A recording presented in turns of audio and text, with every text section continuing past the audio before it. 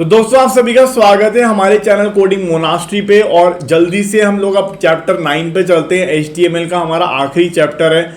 यहाँ पर हम लोग क्लासेस और आईडीज पढ़ने वाले हैं और पूरी तरह से HTML को अब हम खत्म करने वाले हैं। इसके बाद हम लोग CSS की तरफ आगे बढ़ेंगे। तो चलिए लेट्स गेट स्टार्टेड। तो दोस्तों हमारा चैनल धीरे धीरे ग्रो हो रहा है। 45 सब्सक्राइबर्स हो चुके हैं और आप देख रहे होंगे यहाँ पर 2 प्लेलिस्ट हैं। और अगर आप लोग HTML CSS अच्छी तरह सीखना चाहते हो तो देखो ये वाली जो प्लेलिस्ट है इसके अंदर आप 3 प्रोजेक्ट आप कर सकते हो। पहला ट्रिब्यूट वेबसाइट है, दूसरा जॉब एप्लीकेशन वेबसाइट है और तीसरी पैरालेक्स वेबसाइट है। तो ये तीनों बना लिए हैं। अभी हम लोग आगे और प्रोजेक्ट्स बनाने वाले हैं। तो इसको जल्दी से इस वाली प्लेलिस्ट को एक्सेस कर लो आप लोग, ठीक है। इसको बुकमार्क भी कर सकते हो और यहाँ पे सब्सक्राइब भी कर लो यार, जिससे हमें थोड़ा मोटिवेशन मिलता रहे। सिमिलरली आप ये वाले को देखोगे, ये जो हमारी ठीक है, तो यहाँ पे अगर आप देखोगे तो ये वाला प्लेलिस्ट के अंदर भी हमने बहुत सारे लेक्शंस डाल दिए हैं, ठीक है ना।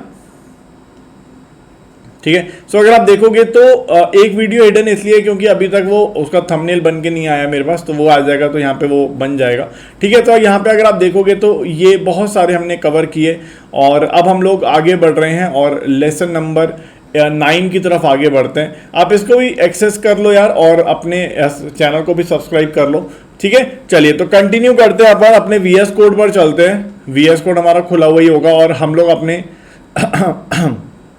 चैप्टर की तरफ आगे बढ़ते हैं, ठीक है। सो चैप्टर नंबर 9 हम लोग पढ़ेंगे, जिसमें क्लासेस और आईडीज का मतलब देखेंगे। बहुत इंपॉर्टेंट चैप्टर है क्योंकि क्लासेस और आईडीज का बहुत इंपॉर्टेंट रोल होता है हमारे CSS के अंदर।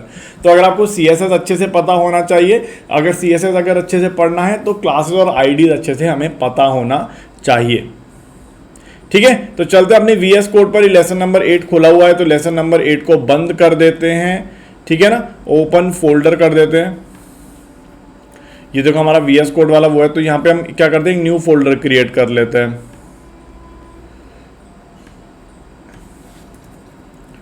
लेसन नंबर 9, ठीक है। सेलेक्ट फोल्डर करके नया फोल्डर खुल जाएगा। यहाँ पे आ जाएंगे तो क्या आएगा, लेसन नंबर 9.html हमने खोल दिया। बॉयलरप्लेट कोड डाल दिया और यहाँ पे हम डालेंगे क्लासेस एंड आईडीज। अब देखिए, सबसे पहला सवाल आप सभी लोगों से पूछूंगा तो मुझे एक बात का जवाब दो। क्लास और आईडी मतलब क्या होता होगा, सोच के देखिए। आप स्कूल में सब लोग पढ़े हुए हो तो आईडी, क्या हर एक बच्चे की अलग अलग आईडी हुआ करती थी कि भाई हर एक बच्चे का एक अलग आई कार्ड होता था, उस पर एक अलग आईडी नंबर लिखा होता था।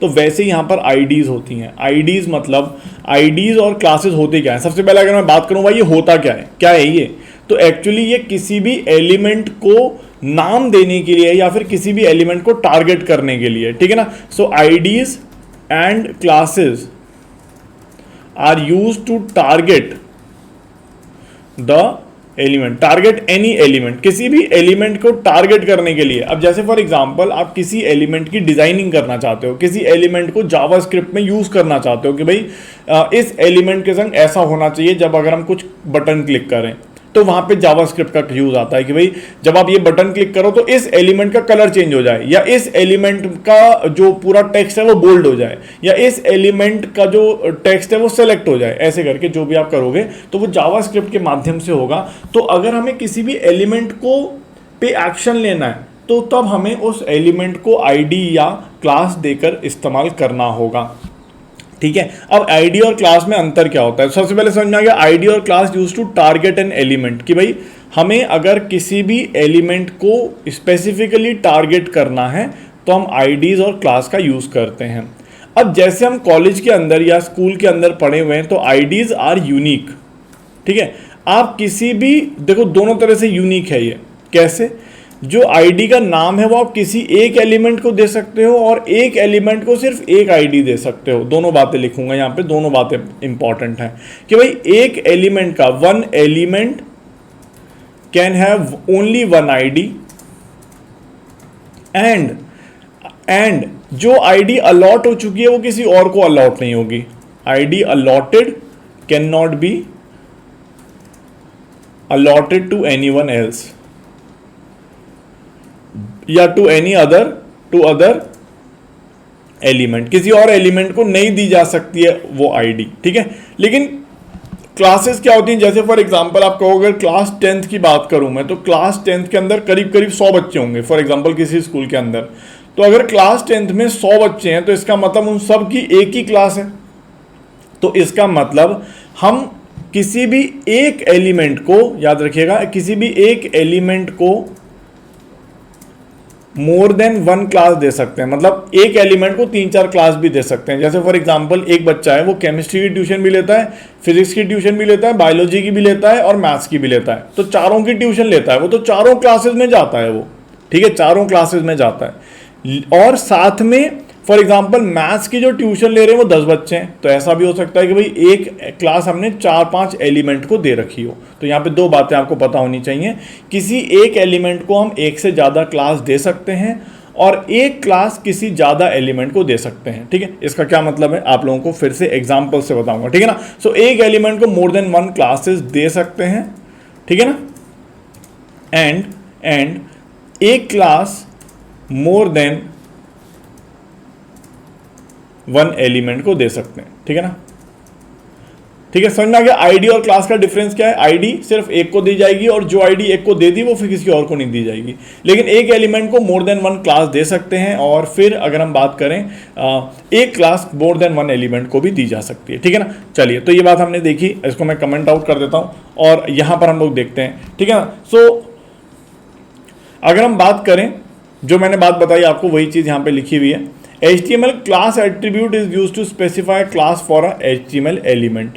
Multiple HTML elements can share the same class and we can give multiple classes to the element। जो मैंने बात बताई वो यहाँ पे लिखी हुई है, ठीक है ना। अब जैसे अगर हम बात करें तो कैसे हम किसी क्लास को डिफाइन करते हैं और वो कैसे यूज की जाती है, यहाँ पर हम लोग आपको बताएंगे, ठीक है। जैसे फॉर एग्जाम्पल आप कोई div टैग यूज कर रहे हो, तो मैं यहाँ पे लिखता हूँ how to define a class, how to define a class, ठीक है ना। कैसे डिफाइन करते हैं देखिए, तो जैसे फॉर एग्जांपल आप कोई डिव टैग यूज कर रहे हो, तो डिव के साथ में एमिट का यूज करेंगे। तो एमिट क्या करता है, डॉट दबा दो आप, ठीक है, डॉट दबा दो आप और यहां पर लिख दो रेड बीजी, ठीक है। तो आप देखोगे तो डिव जो है, ये जो हमारा कंटेनर क्रिएट हुआ है, इस कंटेनर को हमने क्लास दे दी है रेड बीजी नाम की, ठीक है।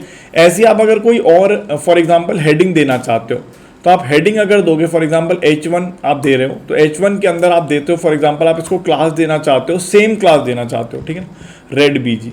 तो आपने क्या किया, इन 2 एलिमेंट्स को रेड बीजी क्लास दे दी। अब ये क्लास से हुआ क्या वो अभी नहीं बता रहा हूँ, अभी देखेंगे उसको 2 मिनट में, ठीक है।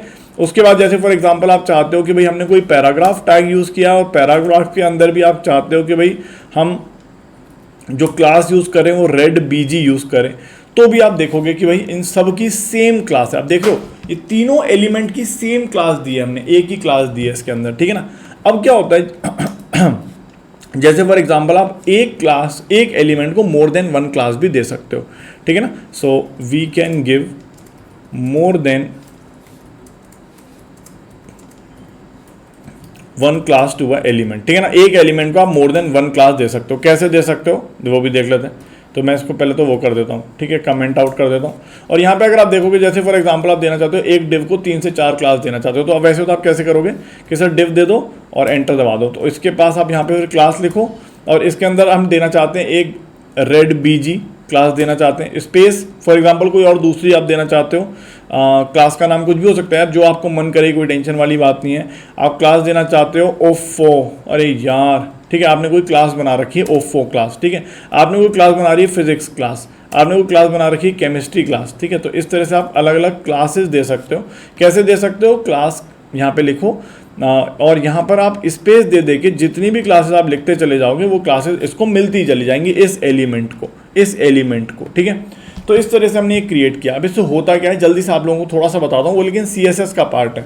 तो आप क्या कर सकते हो, जैसे फॉर एग्जांपल आप हेड के अंदर, ये बस यहाँ पे आपको थोड़ा सा इंट्रोडक्शन बता रहा हूँ, हेड के अंदर किसी भी क्लास को डिफाइन कर सकते हो। जैसे फॉर एग्जांपल रेड बीजी एक क्लास हमने बनाई, तो कैसे होगा इसका, आप कैसे डिफाइन करते हो किसी को भी, तो यहाँ पे आप स्टाइल लिखो और स्टाइल के अंदर किसी भी क्लास को आप डिफाइन कर सकते हो। जैसे for example red BG class है, तो कैसे डिफाइन करेंगे, पहले डॉट दबाएंगे, डॉट दबा के अपनी क्लास का नाम लिख देंगे रेड बीजी, ठीक है, और यहाँ पर करली ब्रैकेट डाल देंगे, ठीक है, रेड बीजी। तो रेड बीजी का मतलब है आप चाहते हो भैया हमारा बैकग्राउंड कलर रेड हो जाए, ठीक है, तो आप सेव कर दो।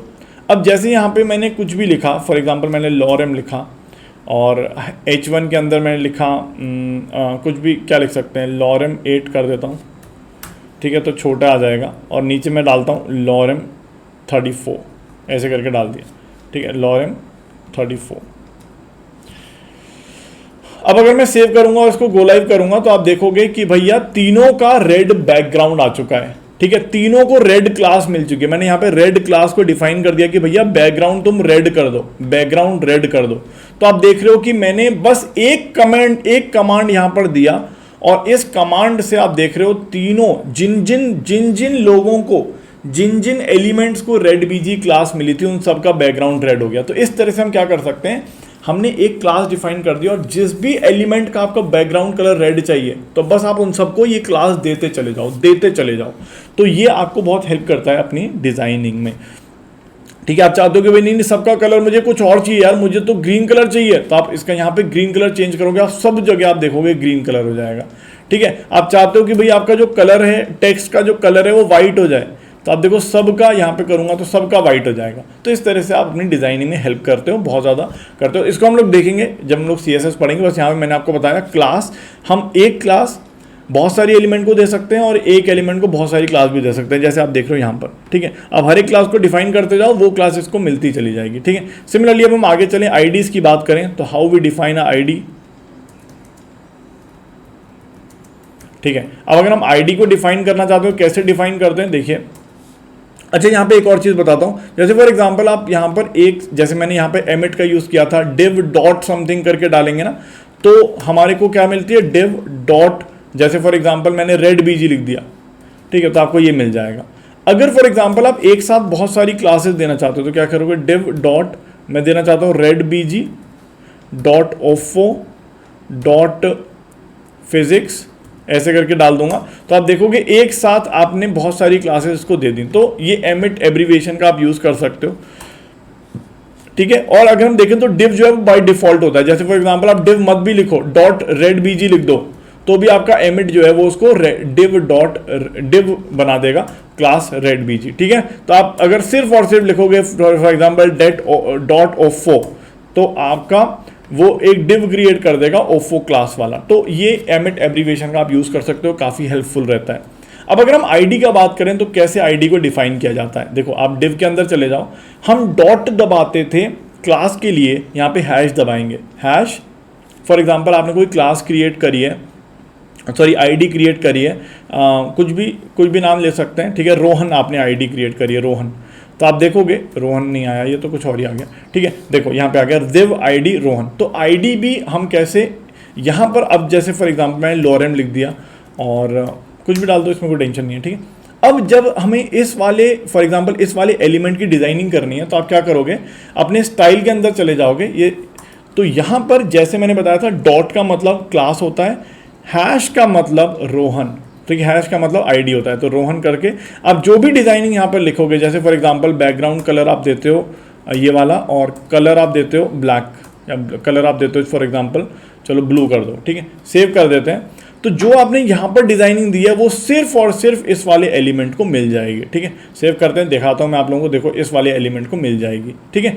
अब देखो जैसे फॉर एग्जांपल मैं यहाँ पर एक और कोई एलिमेंट क्रिएट करता हूँ, पैराग्राफ टैग यूज करता हूँ, पैराग्राफ के अंदर मैं आईडी देता हूँ रोहन की, और इसके अंदर मैं डालता हूँ लॉरेम, सेव करोगे तो आ जाएगा, कोई एरर भी क्रिएट नहीं करेगा। आप देख रहे हो यहाँ पे HTML पेज ने कोई एरर क्रिएट नहीं किया, मेरा पेज भी वैसे ही काम कर रहा है, मैंने दो एलिमेंट्स को आईडी दे दी है सेम, लेकिन ये टेक्निकली गलत है। आप टेक्निकली ऐसा नहीं करोगे, ऐसे मतलब गलत, आपको एक बेकार कोडर माना जाएगा अगर आप ऐसा करोगे तो, ठीक है। सो आपको दो एलिमेंट को सेम आईडी कभी देनी ही नहीं है, याद रखना ये बात, ठीक है, कभी नहीं देनी है, ये गलत है, टेक्निकली गलत है। आपका पेज एरर क्रिएट नहीं करेगा, ब्राउजर एरर क्रिएट नहीं करेगा, ना आपका VS कोड एरर क्रिएट करेगा, ठीक है ना।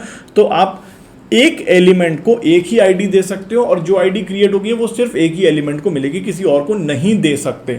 आप यहां पर दे दोगे तो कोई एरर क्रिएट नहीं होगा, लेकिन वो टेक्निकली गलत है, ठीक है। सो इस तरह से हम आईडीज और क्लास का इस्तेमाल करते हैं, ठीक है। तो तो ये बहुत इंपॉर्टेंट है, स्टाइलिंग में बहुत हेल्प करता है हमें, ठीक है। बस और कोई डिफरेंस नहीं है आईडीज और क्लासेस के अंदर। जावास्क्रिप्ट और सीएसएस में बहुत ज़्यादा यूज़ होते हैं ये आईडीज और क्लासेस, इसलिए इसको पढ़ाना बहुत ज़रूरी था। चलते अपनी इस पे, तो हमने देख लिया class attribute is often use to point to a class name, ठीक है ना। तो स्टाइल शीट के अंदर हम क्लासेस क्रिएट करते हैं और उनके माध्यम से हम डिजाइनिंग करते हैं, ठीक है। जावास्क्रिप्ट में भी बहुत यूज़ करते हैं हम लोग, ठीक है ना। तो कैसे डिफाइन करते हैं मैंने आपको बता दिया। उसके बाद आईडीज के बारे में मैंने बताया, यूनिक होना चाहिए, किसी को हम दो नहीं दे सकते, और एक आईडी एक ही एलिमेंट को मिलेगी, किसी और को नहीं मिलेगी। सिमिलरली अगर हम बात करें तो आईडीज का भी वही यूज़ है जैसे हम क्लासेस का यूज़ करते हैं, बस ये यूनिक होता है और इसमें कोई भी चेंज नहीं होता, ठीक है। सो इस तरह से हमने क्लासेस और आईडीज के बारे में सीखा। हम मोर देन वन क्लासेस कैसे दे सकते हैं, एमिट का क्या यूज़ कर सकते हैं, हैश का क्या मतलब है, वो सब हमने यहाँ पर देख लिया है। थोड़ा बहुत स्टाइलिंग भी करके मैंने आपको दिखाई, क्योंकि ये सीएसएस का पार्ट है, इसको डिटेल में हम लोग आगे पढ़ेंगे। So thank you dear students, I hope आपको क्लासेस और आईडीज़ का मतलब समझ में आ चुका है। अब हम लोग यहाँ से आगे बढ़ के सीएसएस स्टार्ट करने वाले हैं, एचटीएमएल हमारा समाप्त हो चुका है।